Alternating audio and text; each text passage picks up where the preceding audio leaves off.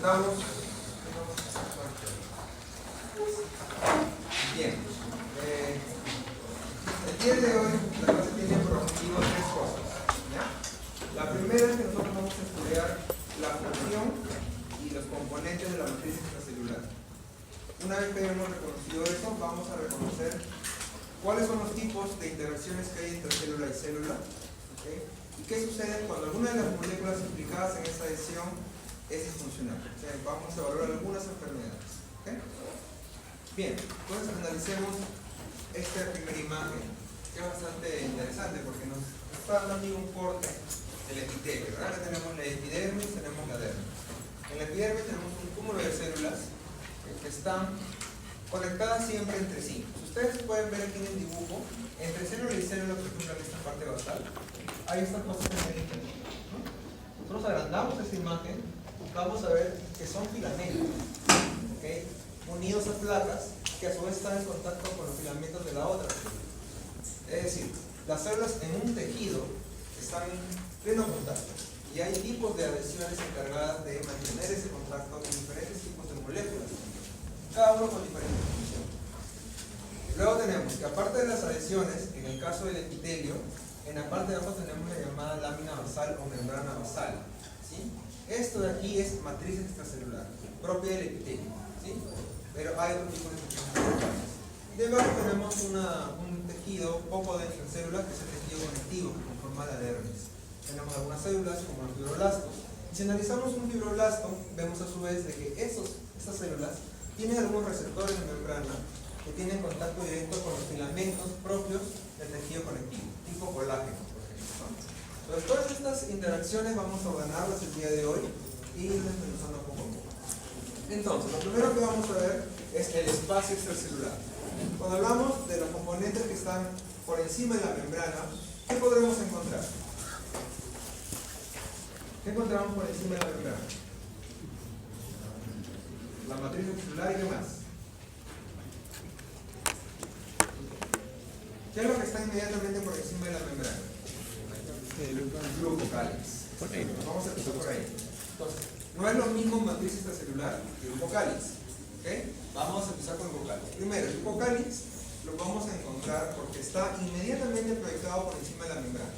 Se trata de moléculas, obviamente a base de carbohidratos y de proteínas, que están unidas a la membrana. ¿Veis? Son azúcares que están proyectados hacia afuera, hacia la capa externa. Funciones. Tienen funciones muy similares a la de matriz extracelular. Reconocimiento de célula con célula. ¿Okay? ¿Se acuerdan de los globócidos? ¿Sí? El grupo sanguíneo. Interacción de célula-sustrato. Va a reconocer ciertos sustratos. Miren ustedes, vamos a reconocer ciertos sustratos. Y ese reconocimiento con ciertos sustratos va a favorecer que la célula inicie una fagocitosis, una fagocitosis. Entonces, el glucocáliz tiene todas esas actividades. Tiene la protección mecánica.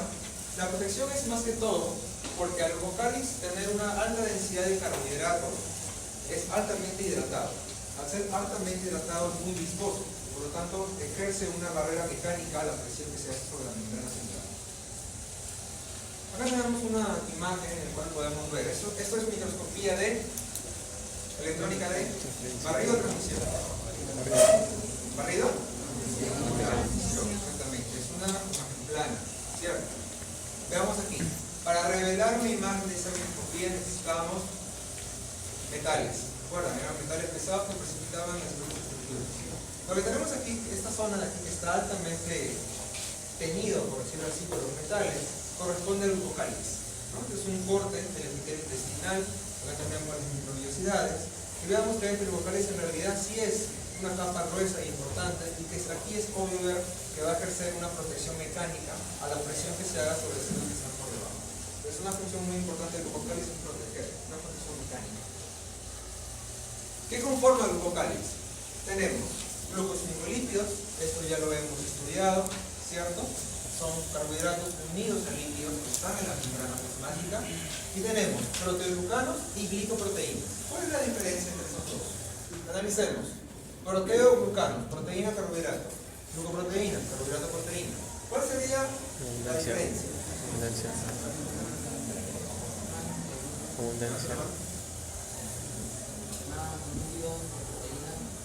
¿Dónde es la proteína? Aquí, ¿no? Y en las glucoproteínas es más abundante y la parte funcional es más importante de la proteína. Entonces, la parte funcional de una glucoproteína está en la proteína. En cambio, en el proteoglucano, más importante funcionalmente hablando, es el carbohidrato. ¿Estamos? Y además la estructura es muy diferente, vamos a verlo ahora. Una glucoproteína podría ser cualquiera que ustedes conozcan y que tiene agregados ciertos carbohidratos a su alrededor. En cambio, un proteoglucano es muy diferente. Veamos entonces. Entonces, eso es el glucocálix. ¿Okay? Tenemos tres componentes principales, hemos revisado esas funciones que tienen y están proyectadas hacia afuera. Si nosotros seguimos subiendo de la membrana más arriba del glucocálix, vamos a encontrar un enmarañado bastante particular. Estas son células en cultivo, que sabemos lo que es un cultivo celular, y todos estos enmarañados tipos de arañas que están encima corresponden a la matriz extracelular. Esto es una fotografía de la microscopía electrónica de barril, ¿verdad? Es tridimensional. Ahora, esta es una forma de verlo. Otra forma de verlo sería aquí. Tenemos un condrocito, ¿okay? Tenemos glóbulos rojos alrededor, ¿okay? Y aquí vemos que estos glóbulos rojos no mantienen contacto directo con esta célula. Hay algún componente alrededor del condrocito que hace que estas células se detengan a ese nivel. Esto aquí sería la matriz extracelular. Entonces vean ustedes que si bien el glucocálix está exactamente por encima, la matriz da un mayor diámetro al área que tiene esa célula. ¿Sí? Ahora, ¿de qué está compuesta esta matriz extracelular? Hay varios componentes. Acá podemos ver rápidamente, ¿no? Todos los carbohidratos, aquí no se ven mucho, los carbohidratos que estarían proyectados directamente a la membrana sería el glucocálix. Y por encima del glucocálix tenemos toda esta cantidad de fibras y de carbohidratos que corresponderían a la matriz extracelular. La función, como ya les dije, de la matriz es muy similar al glucocálix: protección mecánica, reconocimiento célula a célula, entre otras cosas. Acá podemos ver algunos de los componentes principales. Este, por ejemplo, es muy importante: colágeno. El colágeno es el componente más importante de la matriz extracelular y es la proteína más importante de nuestro cuerpo.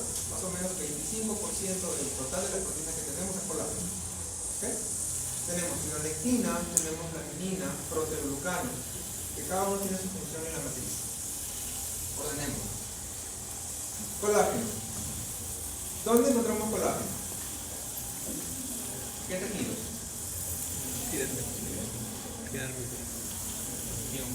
Conectivo, principalmente, y es abundante, ¿no? Pero en general muchos tejidos tienen una matriz extracelular que no necesariamente forma parte del tejido conectivo. ¿Estamos? Hay varios tipos de colágeno. Existen alrededor de 27 tipos de colágeno, que de repente nos quedamos cortos con respecto a esta bibliografía. Es producida, eso sí, principalmente por fibroblastos. Los fibroblastos son las principales células que generan colágeno, pero también lo pueden hacer las células epiteliales y las células del músculo líquido. También tienen esa propiedad de proteína.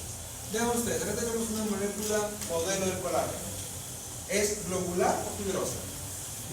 Fibrosa, ¿cierto? Es alargada.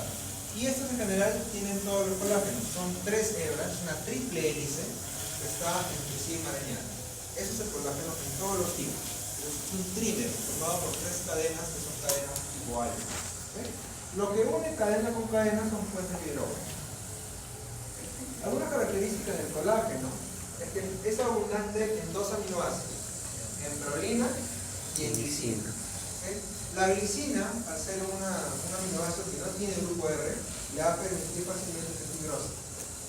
Pero la prolina, cuando se sintetiza el colágeno en el cuerpo, el colágeno la modifica. Existe una enzima, que es una hidroxilasa, una prolina hidroxilasa, ataca la prolina y la hidroxila. ¿Qué quiere decir que la hidroxila? Le va a agregar grupos de hidroxila, le va a agregar OH. Una vez que la hidroxiló, ¿qué sucede? Recién esta prolina, a ser rica en el grupo OH, el grupo OH, ¿qué tipo de interacciones moleculares favorece? El OH es un enlace covalente, ¿cierto? Y el O es más electronegativo que el H, ¿sí o no? Sí. ¿Es un enlace polar, sí o no? Sí. Tiene un hidrógeno. ¿Está favoreciendo qué cosa? El hidrógeno. Puente de hidrógeno, ¿verdad? Va a ser donador de puentes de hidrógeno, ¿cierto? Entonces, al ser abundante en grupos de hidroxilo, es la hidroxiprolina la que va a favorecer justamente la formación del puente de hidrógeno en esas 3 hebras que hemos visto en el colágeno. ¿Okay? Ahora, También es cierto que existe otro aminoácido más que no es tan abundante en el colágeno, pero que también se hidroxila, que es la lisina, formando hidroxilisina. ¿Okay? Los tres aminoácidos importantes en el colágeno: prolina, que se hidroxila, que es muy abundante, glicina, que es la segunda más abundante, y la hidroxilisina, o la lisina, perdón, que significa hidroxilasa. Algo muy importante, miren, ácido ascórbico. ¿Qué es el ácido ascórbico? Vitamina C. ¿Creen que tenga algo que ver si ustedes relacionan la parte del escorbuto? Si utilizaron el escorbuto están bajos en vitamina C. ¿Qué sucede? Cuando no estamos bajos en vitamina C, no hay ácido ascórbico. Resulta que el ácido ascórbico es una coenzima de la hidroxilasa. Es decir, la hidroxilasa requiere ácido ascórbico para ser activa. Si no hay ácido ascórbico, no hay ni hidroxilaclorina. Si no hay hidroxilaclorina, no se forma hidroxiclorina.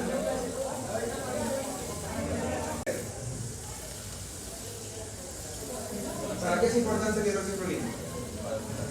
Para que las tres hebras, las tres hélices alfa se unan, ¿verdad? Y formen la fibra del colágeno.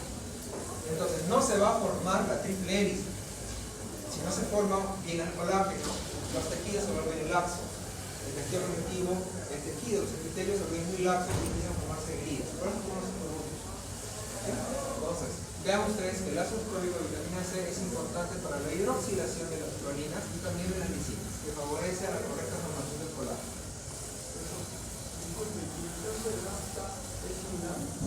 ¿Okay? Bueno, ahí es una infección. En el caso del afta. Ahora, no sé, ustedes han revisado el concepto de afta y escorbuto. Son más médicos que yo. ¿Cuál es la diferencia entre los dos?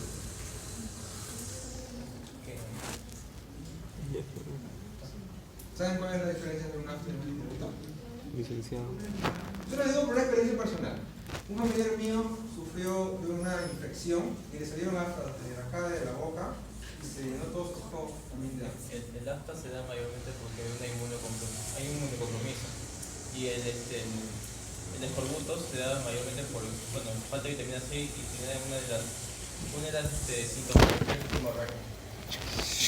Yo recuerdo muy bien a mi familiar. Cuando le dieron las aftas, estaba mucho tiempo no pudo ni comer. Pero él venía así, efectivamente venía de un momento de estrés muy grande. Ustedes saben que el estrés es inmunodeprime. Entonces, pero sin lugar a dudas, si encuentras una persona que puede sufrir de aftas y encima tiene poca vitamina C, pues complica mucho. Bien. Entonces, pasado esto, colágeno. Habíamos dicho que existen 27 tipos. Acá estamos viendo solamente la más importante.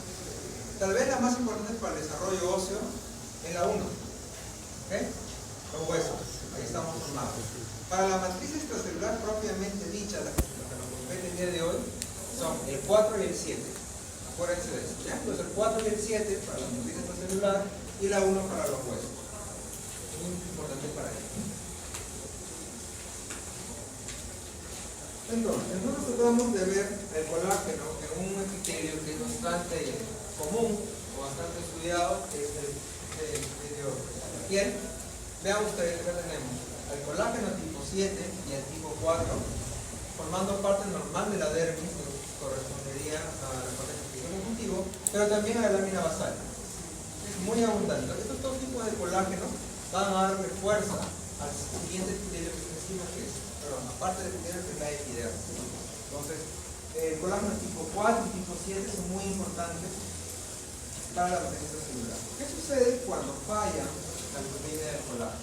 Pues muchas cosas, como lo acabamos de hablar en el caso del escorbuto, ¿okay? Entre otros componentes más. Existen muchas enfermedades implicadas. Solamente en un tipo de colágeno, que es el colágeno tipo 1, que hemos dicho que es importante para el desarrollo de los huesos. Si este falla, miren ustedes que hay varios genes para ese colágeno tipo 1, el COL 1A1 y el 2, en diferentes cromosomas. Si este falla, genera una enfermedad denominada osteogenesis imperfecta. ¿Qué sucede?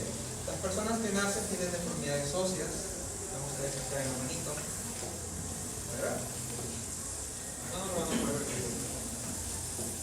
Un niño, todos los niños nacen con enfermedades óseas y además esta enfermedad es caracterizada por lo que se denomina los huesos de cristal. más flexibles. Son muy quebradizos, justamente porque el colágeno le da fuerza al tejido. Y al no ser correctamente producido, pues los huesos van a estar muy frágiles, muy pero muy frágiles. Perfecto. Entonces, el colágeno tipo 1, al mutar, al ser disfuncional, vamos a tener problemas a nivel del sistema óseo, tendones, córnea, dermis. Vamos a comprometer varios tejidos, porque el colágeno tipo 1, que viene principal en el sistema óseo, también tiene que ver con otro tipo de tejidos. Otro componente, el primer componente fue el colágeno. Otro componente de la matriz extracelular son los proteoglicanos en general. Son bastante interesantes. Primero, al ser ricos en carbohidratos, da esa viscosidad que habíamos hablado en vocales. ¿Sí? Se hidratan mucho los proteoglicanos por ser alto carbohidrato. Son una cosa viscosa, por eso se denominan también mucopolisacáridos. Estamos, proteoglicanos también son denominados mucopolisacáridos por esa capacidad que tienen de hidratarse. Son proteínas, son carbohidratos asociados a un núcleo de proteínas. ¿Sí? Esos carbohidratos son glicosaminoglicanos. ¿Okay? Glicosaminoglicanos formados por disacáridos repetidos varias veces. Tienen casi la misma función que el colágeno, dan cierta fuerza y resistencia a la deformación celular. Esta es una estructura del proteoglicano. Vean ustedes, esta acá sería general, ¿sí? El de la izquierda. Tenemos un núcleo de proteína y agregados glicosaminoglicanos alrededor. Si analizamos un glicosaminoglicano que está aquí, lo agregamos del que está allá, vamos a tener lo siguiente. Tenemos carbohidratos, core de proteína asociados, y en esos carbohidratos tenemos disacáridos que hemos dicho que son repetitivos, ¿no? Existen varios tipos, son 5 principales, acá estamos mencionando solo 3: codotinsulfato, peratansulfato, ácido hialurónico o hidronano, ustedes también lo pueden conocer. Acá tenemos otra imagen en la que podemos ver lo siguiente, ¿no? Tenemos el proteoglicano grande, el core del medio es de dos cosas, proteína y también ácido hialurónico. Y la que está alrededor es propiamente proteínas, ¿okay? Están aquí. Y estas pequeñas pymes o pequeñas asas que salen de esta zona corresponden al codotinsulfato, peratansulfato, entre otros componentes más. Ahora, los proteoglicanos habíamos dicho que también los podemos encontrar en glucocálix. ¿Sí? Entonces siempre es bueno diferenciar. Los que emanan directamente de la membrana corresponden al glucocálix, pero los que están por encima de ellos, no necesariamente en contacto directo con la célula, corresponden a la matriz extracelular. Ambos son muy importantes. ¿Por qué? Porque los carbohidratos van a servir de puntos de unión de ciertas moléculas señalizadoras. Por ejemplo, factores de crecimiento. Estos se van a mantener en la matriz extracelular o van a tener contacto con los proteoglicanos del glucocálix para luego buscar su receptor adecuado. Y así empezar la señalización. Entonces vean ustedes de que tanto el glucocálix como la matriz extracelular también ayudan no solamente en el soporte mecánico, sino también en la señalización intercelular que existe. Un componente adicional que es la fibronectina, esta de aquí, tiene también propiedades muy similares a las demás. Se ha visto cuando, por ejemplo, se agarran los genes de la fibronectina y se mutan para células disfuncionales, se ha visto que, por ejemplo, las células pierden potencial migratorio, llamado el caso de las células sanguíneas que tienen que atravesar el vaso vascular para el proceso de inflamación, pierden esa capacidad, ¿okay? Entre otros componentes, ¿no? Crecimiento, diferenciación de las células es muy importante. Hay varios tipos de fibronectina, tanto como de proteoglicanos y de matrices de colágeno, que lo que van a hacer es darle cierta particularidad a cada tejido, ¿okay? En general, la matriz celular de todos los tejidos tiene los mismos componentes, pero hay tipos de cada componente. Hay tipos de proteína, hay tipos de colágeno, y eso le da cierta singularidad a cada célula, ¿okay? Acá tenemos una estructura de la fibronectina. Ven que es una proteína unida por el puente disulfuro y tiene varios dominios de unión a varias moléculas. Esto es muy importante. Vean ustedes. Tiene un dominio de unión a fibrina, dominio de unión a colágeno, dominio de unión a componentes celulares, heparina, otra vez fibrina. Es decir, la fibronectina es un sitio en el cual se van uniendo otras moléculas de la matriz intracelular para formar todo ese enmarañado y que todo ese enmarañado de la matriz se quede sólido, que no se deshaga. Es como un punto de adhesión a las demás moléculas y que se mantenga una conformidad en esa matriz. Además vamos a encontrar este dominio llamado RGD. ¿Qué es ese dominio? Este dominio RGD la tiene no solamente la fibronectina, la tienen muchas proteínas del cuerpo. ¿Para qué sirve? Cuando una proteína tiene dominio RGD, va a ser reconocido por unos receptores de membrana que se denominan integrinas. ¿Ok? Y eso lo podemos ver aquí. Miren. Tenemos la célula, tenemos esta proteína que nos han denominado integrina, que la vamos a pasar a revisar más adelante. Y esta integrina está reconociendo a la fibronectina, que forma parte de la matriz muscular. Vean ustedes que la fibronectina sirve de punto también de reconocimiento para el colágeno. Es decir, moléculas como la fibronectina permiten el contacto matriz extracelular con la célula. Y a su vez, entre los componentes mismos de la matriz extracelular. Esa es su función. Entonces podemos ver además que la integrina a su vez está asociada con componentes de la parte intracelular, por ejemplo, la actina. ¿Qué implicaría eso? Que cualquier alteración en el colágeno va a ser comunicada a la fibronectina, de aquí pasa a la integrina, y la célula puede, a través de su citoesqueleto, hacer ciertos movimientos o cierta modulación interna. Que mantiene el contacto, la parte externa con la parte interna de la célula. Un componente adicional es la laminina. Está conformado por 3 polipéptidos, que vean ustedes aquí. En la biografía lo pueden encontrar como cadena A o cadena alfa, cadena B1, B2 o cadena beta 1 o beta 2. ¿Estamos? Su función es muy parecida a la casa de la fibronectina. También sirve de puntos para que se adhieran estas moléculas. Aquí lo podemos ver mejor. La laminina son todo lo que ustedes ven de verde. Aparentemente se ve todo desordenado, pero en realidad lo que está haciendo es unir o hacer que se enganchen las fibras de colágeno, de fibronectina también, entre otras, y mantenerlas estables. Mantenerlas unidas todas juntas y que puedan deshacer. Entonces, esa función de mantener la estructura de la matriz extracelular. Eso por respecto a la matriz extracelular. Ahora, ya habíamos hablado cómo las células se comunican con la matriz extracelular. ¿Por las? Y estas fibronectinas con quién hacen contacto. Con las integrinas. ¿Okay? Entonces, vamos a ver un poco de eso. Matriz. Veamos. Entonces, existen proteínas, como las integrinas, que hacen ese contacto, ¿no? Toman contacto con parte de los componentes de la matriz y llevan esta información a la parte interna de la célula. Por ejemplo, si esto se tratase de una célula que tiene capacidad de motilidad y aquí se encuentra alguna presión mecánica, eso va a llegar a la célula y la célula va a poder moverse hacia otro lado. Es una parte de la información que tiene que puede llevar la integrina hacia adentro. Entonces, ¿cuál es su función? Integrar el ambiente extracelular con el intracelular. Pero por parte de la célula. Las integrinas son formadas por carbohidratos. Son proteínas. Son proteínas. Actúan así como. Son receptores. Receptores. Son receptores. No son proteínas como canales. No son canales, no, son receptores. En el caso de los receptores, ¿cómo es que modulan? Cuando los receptores, en este caso integrina, toman contacto con su ligando, en esta zona transmembranal va a sufrir un cambio estructural. Ese cambio estructural va a llegar hasta la zona citoplasmática. Y ese cambio estructural en la zona citoplasmática va a activar una gran cantidad de proteínas, tipo quinasas, o la liberación de fosfato que habíamos hablado de clases líquidos, ¿no? En cambio, los canales simplemente la proteína se abre y deja pasar los componentes.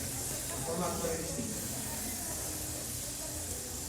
¿Cómo están conformadas las integrinas? Tiene dos cadenas principales, la cadena alfa y la cadena beta. Aquí, esta es la zona de reconocimiento como ligando. Estos puntos de acá son cationes bivalentes, puntos de unión a calcio, a magnesio, a manganeso, entre otros componentes más. No se tiene muy clara la idea de cuál es su función, pero siempre se encuentran allí. Les parecería que la función de las integrinas es dependiente de cationes bivalentes. ¿Okay? Como ustedes pueden ver, tiene una zona transmembrana y una zona que es citosólica muy pequeña. Esta zona citosólica tiene contacto directo con el citoesqueleto de la célula. Pero las integrinas contactan con el citoesqueleto entre los componentes. ¿Cómo es que se activa una integrina? La integrina puede estar siempre reconociendo cualquier componente, en realidad no. Vamos a ver lo siguiente. La integrina va a estar en un estado activo. Un pequeño error. Es al revés, ¿ya? va a estar en un estado inactivo cuando esté formando un haz hacia abajo. Es decir, la proteína va a tener una conformación activa y una conformación inactiva. En el caso de la activa, esto al revés, por favor, un error, es cuando toma contacto con el ligando. ¿Sí? Una vez que tomó contacto con el ligando, en este caso colágeno, la integrina no solamente conoce fibronectina, reconoce otros componentes de la matriz celular. ¿Okay? En este caso colágeno, por ejemplo, inmediatamente ese contacto va a hacer que se active la integrina y llevar la información hacia adentro. La talina es una proteína que conecta citoesqueleto con integrina. ¿Ya? Entonces va a ser una conexión directa hacia el citoesqueleto celular. Una forma de contextualizar esto, activación interna, activación externa. ¿Qué quiere decir esto? Son dos tipos de activaciones. ¿Ya? La integrina primero tiene que activarse a este nivel, a nivel de contacto con su ligando. Esa es una activación externa. Una vez que ya se activó, la señal pasa hacia adentro y ejerce una función sobre el citoesqueleto. Esa es una activación interna. ¿Okay? Entonces son dos pasos. ¿Cómo podemos conceptualizar esto? Miren ustedes aquí. De la siguiente manera. En la zona de abajo, ven ustedes, tenemos integrinas que están en su conformación inactiva. ¿Qué sucede cuando están en su conformación inactiva? Esta molécula está doblada. Al estar doblada puede estar escondiendo ciertos dominios. ¿Qué dominio les había dicho que era importante para el reconocimiento de la integrina hacia las moléculas? En el caso de la fibronectina. Este de aquí, el RGD. Les había dicho que el RGD también puede estar en otras proteínas del organismo, ¿cierto? Miren ustedes aquí. ¿Quién tiene RGD entonces además de la fibronectina?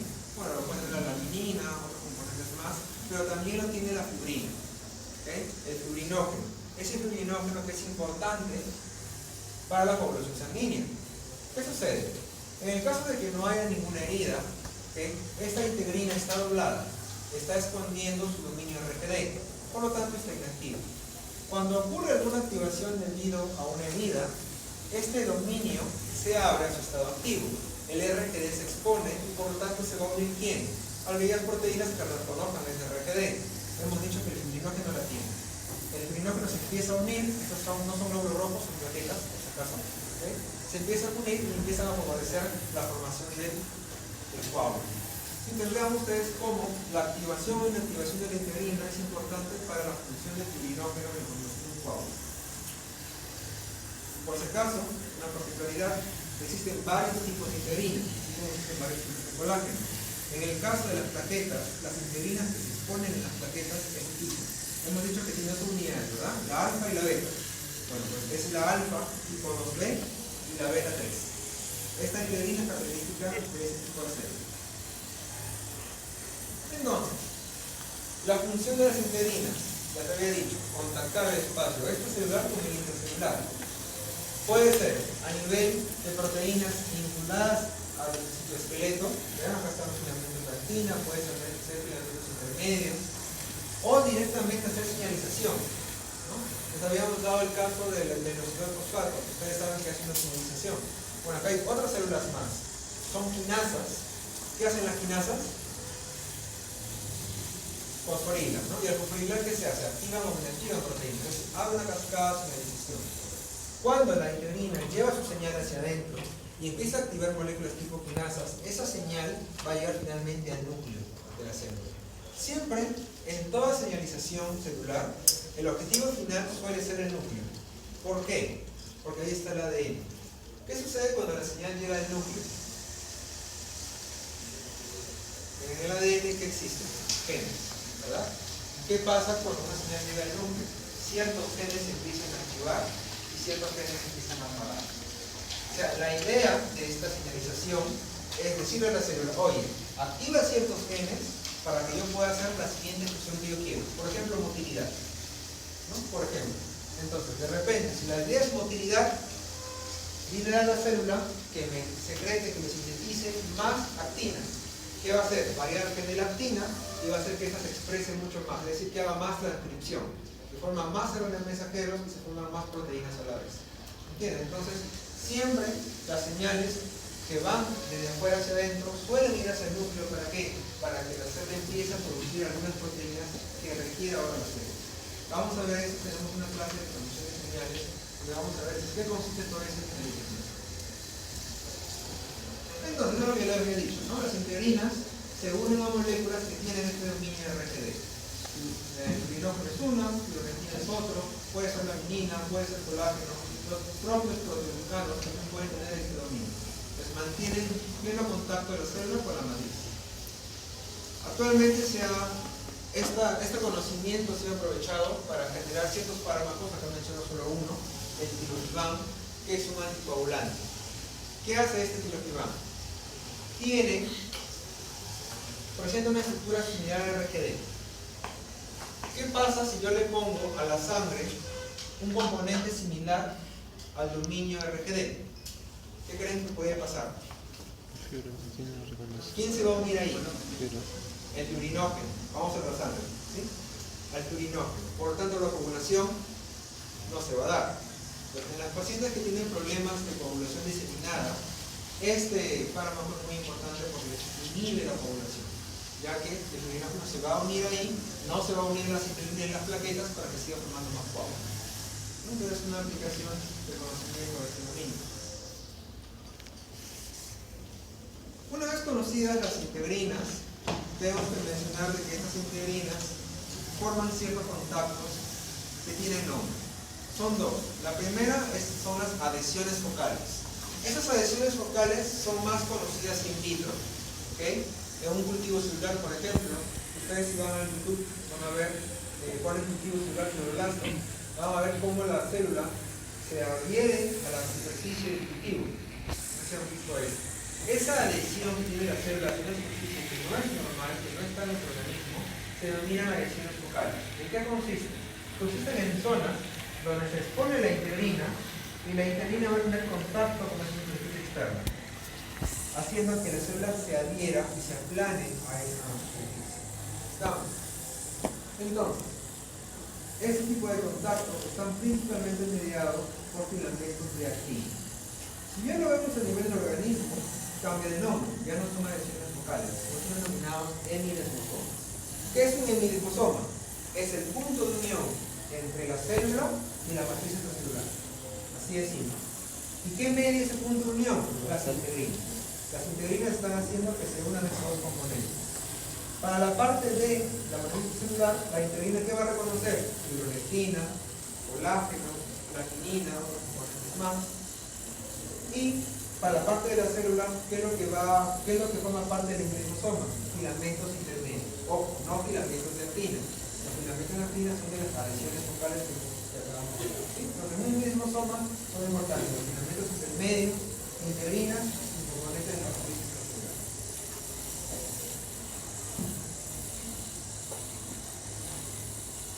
¿Qué sucede cuando alguno de los componentes que permiten los hemilisposomas fallan? Hemos dicho que son componentes del hemilisposoma. Colágeno, que hace contacto con la integrina, ¿cierto? Hemos dicho que en la matriz, ¿qué tipo de colágenos son principales? El 4 y el 7, ¿cierto? Lamininas también forman parte de la matriz. Las unidades alfa y beta ¿de quién? De las integrinas. Las integrinas tienen su unidad alfa y su unidad beta. Si alguno de estos componentes falla, ¿okay? ¿Qué va a pasar? Los hemilisposomas no se van a formar. Si no se forman los hemilisposomas, no va a haber contacto entre la célula y su matriz. Se va a formar un espacio. Va a empezar a ingresar líquido entre esas zonas. Al ingresar líquido entre esas zonas, se empiezan a formar ampollas. Estamos hablando de epitelio, ¿no? Se empiezan a formar ampollas y genera una enfermedad denominada epidermosis bullosa, ¿no? Conocida también como los niños burbuja. ¿Okay? ¿Qué sucede con estas personas? Miren ustedes aquí. Esas personas sufren de una piel muy laxa. ¿Por qué? Porque en las células la epidermis no está íntegramente unida a la dermis, debido a que no se forman hemilisposomas. Entonces, es muy fácil que se vaya desprendiendo poco a poco. Veamos ustedes todo el tipo de ampollas y líneas que tienen las personas en todo el cuerpo, ¿no?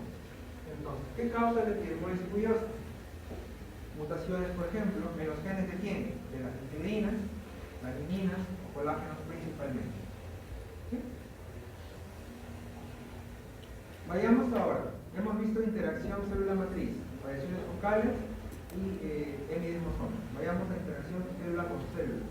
¿Qué proteínas permiten este tipo de interacción?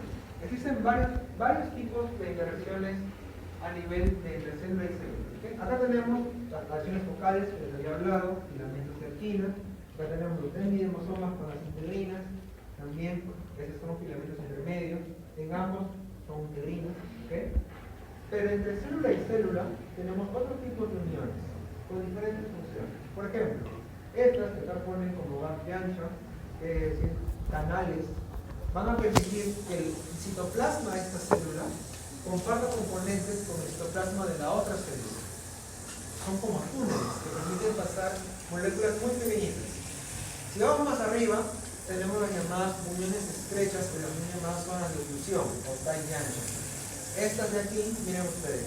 ¿Qué característica tiene esta, por ejemplo, diferenciada de esta? Es mucho más estrecha, ¿no? Estas uniones son las responsables de la impermeabilidad que tiene el tejido epitelial o cualquier tejido que tenga esto. Todos los componentes que estén aquí afuera de la matriz intracelular no van a poder pasar por esta zona intracelular hacia abajo, debido a que tiene estas uniones estrechas, que son como si estuvieran cosidas, eso es lo que tiene. La función es impermeabilizar. Vamos a ver las otras más. Comenzamos caso por caso. Moléculas que están implicadas ahí primero son selectinas, que luego vamos a ubicar estas moléculas en cada una de esas uniones que acabamos de mencionar. Selectinas. Existen varios tipos de selectinas que son proteínas que reconocen oligosacáridos. Esa es su función. Lo que hacen es cómo es que unen una célula con la otra célula. Una célula tiene una selectina y va a reconocer un carbohidrato expuesto en la membrana de la otra célula. Pues esa es la forma como va a unir en el contacto ambos.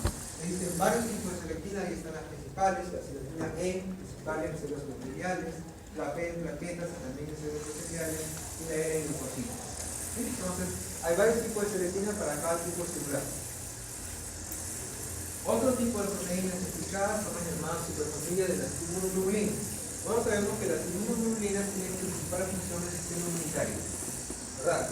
Pero también resulta que tienen funciones estructurales en la unión de células con células. Existe un grupo especial que se puede denominar así, ¿no? Superfamilias de inmunoglobulinas, y tiene nombres como N-count o E-count según su función. B, en este caso, indica la función. Bien, B de vascular, es decir, suele expresarse en aquellas células epiteliales. N de neural, en aquellas células que tienen importancia en el sistema nervioso.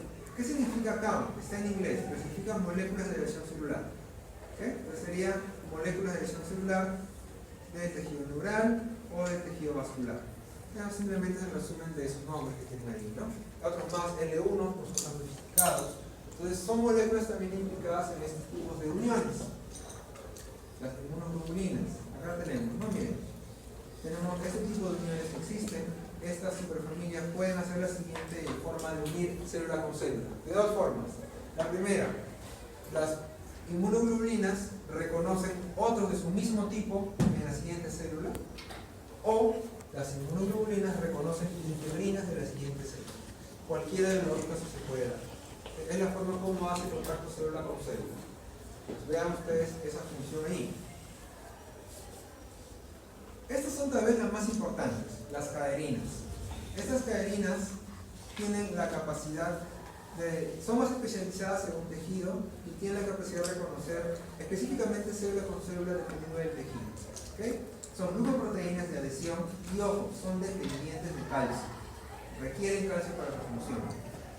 Reconocen otro tipo de caderinas, otras caderinas del mismo tipo en otras células. Tenemos tipo E, NP, según su función, E de epitelial, N de neural, T de placental. ¿Cómo es que funciona? En el caso de la activación por calcio, veamos ustedes lo siguiente. Para que una cadenina forme una unión célula con célula, corresponde a una unión estrecha de varias cadeninas a la vez. Y para que esto ocurra, debe haber una conformación bastante rígida de la cadenina. Eso solamente ocurre en presencia de calcio. Cuando no hay calcio, vean ustedes, la conformación de la cadenina es distinta. Y no va a permitir esa conglomeración de cadeninas para que finalmente forme esa unión. Vean que tenemos un ejemplo de esa unión, porque hay muchas caerinas conglomeradas en un punto adecuado. Y esta forma la unión entre una célula y la otra. Vean ustedes que están reconociendo a otras caerinas. No reconocen más que eso. No reconocen otras caerinas. Selectinas reconocen carbohidratos. Le acabamos de hablar que son las subraminas de hemoglobina, pueden reconocer otras de las mismo tipo, otras interinas, y las caerinas reconocen otras caerinas. ¿Qué importancia tienen las caerinas? Dos ejemplos. Por ejemplo, aquí, en la etapa embrionaria, vamos a tener el epiblasto, que luego va a pasar a formar parte del tejido epitelial, ¿cierto? Estas de aquí están formando un tejido en ese momento. Cada una de sus células está en contacto íntegro entre ellas dos. ¿Okay? ¿Qué sucede? Ciertas de estas células de aquí empiezan a formar parte del tejido mesenquimático. O sea, pasan a ser células mesenquimatosas. Y estas migran en ese fluido para luego pasar a ser sangre y fluido de hueso.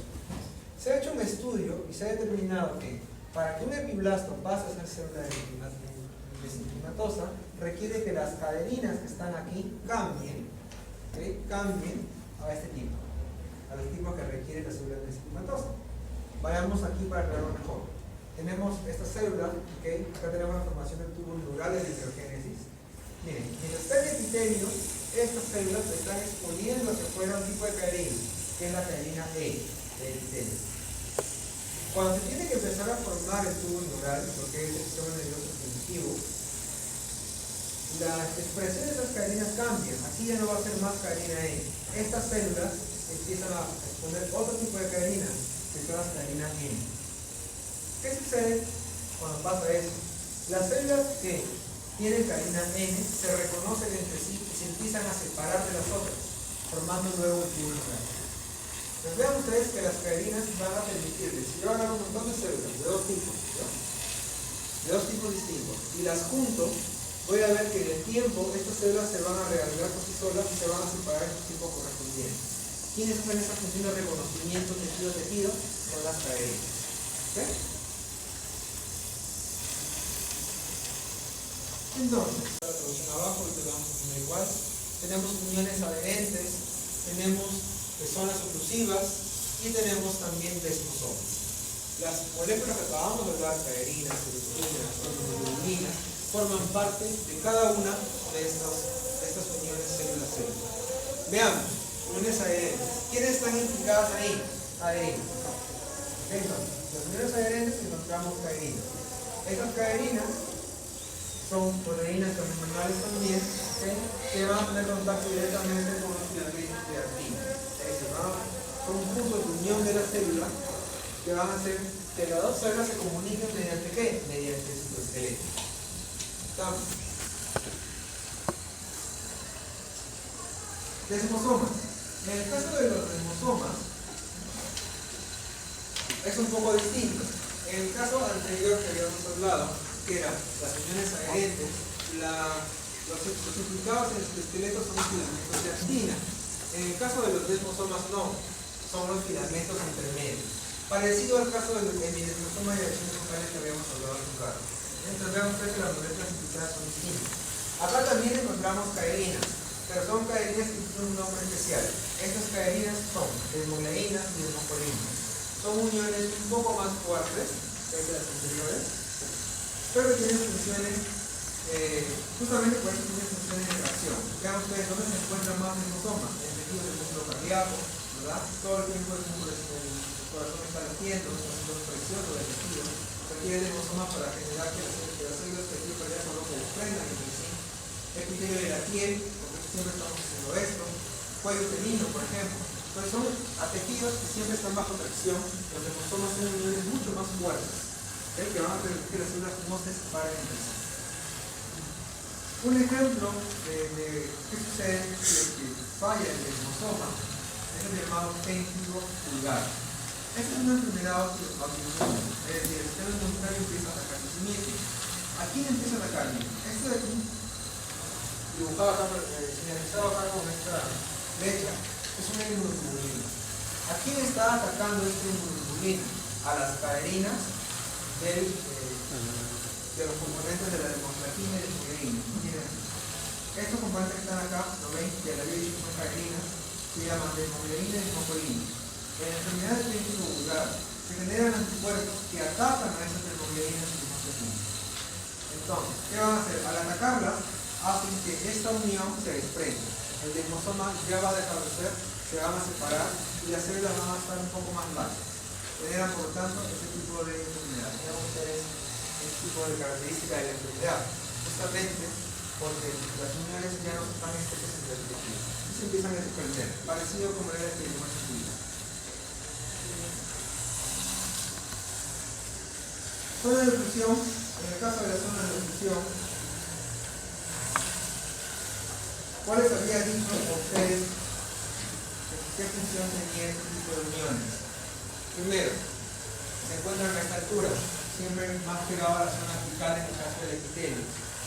Cualquier tipo de moléculas que estén a este lado no van a poder pasar entre las células hacia el siguiente lado debido a que tienen estas uniones que están haciendo que las membranas de las células estén completamente pegadas, casi posible. Por lo tanto, mantiene una diferencia entre los componentes de este lado y de este lado. ¿Eso qué favorece? Favorece, por ejemplo, a la diferenciación de las células. ¿Por qué?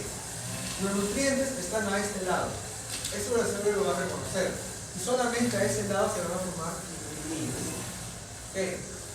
A este lado no, a este lado de la lámina basal otros componentes distintos. Entonces mantiene una polaridad celular. ¿Quiénes? Estas células. ¿Qué moléculas están implicadas en estas zonas de oclusión? Moléculas llamadas claudina. ¿Okay? Estas uniones también requieren calcio. Como ven aquí está aquí, ¿no? Acá tenemos componentes que están en la parte externa, hacia afuera, y no pasan a la parte posterior de la célula debido a que están estas uniones, zonas de oclusión o zonas estrechas también llamadas. Acá está lo que les decía, ¿no? Puede haber una comunicación del medio externo de un lado de la célula hacia el otro lado.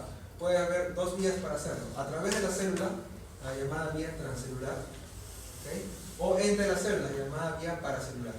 Debido a que existe esta unión estrecha o zona de oclusión, la vía paracelular no se va a dar en estos tejidos. Entonces, ¿qué le queda al nutriente? Solamente la vía transcelular. Entonces, las zonas de oclusión van a favorecer la vía transcelular. Para que una molécula pase de aquí a aquí, ¿qué debe pasar en la membrana? ¿Quiénes se hacen cargo de ese transporte?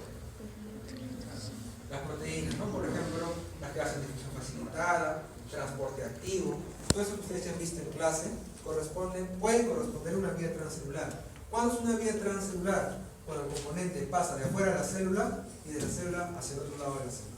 O sea, atravesó la célula por dentro, ¿no?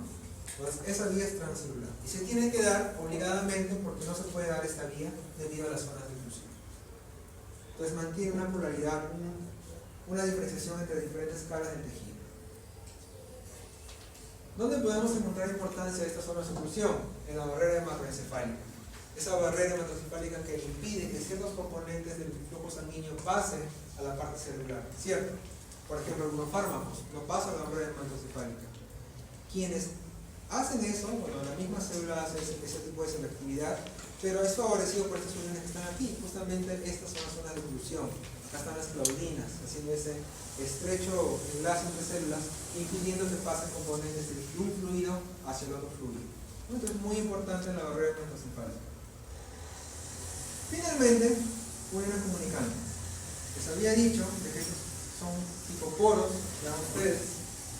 Estos poros se denominan conexones. En general, cada unidad se denomina conexina.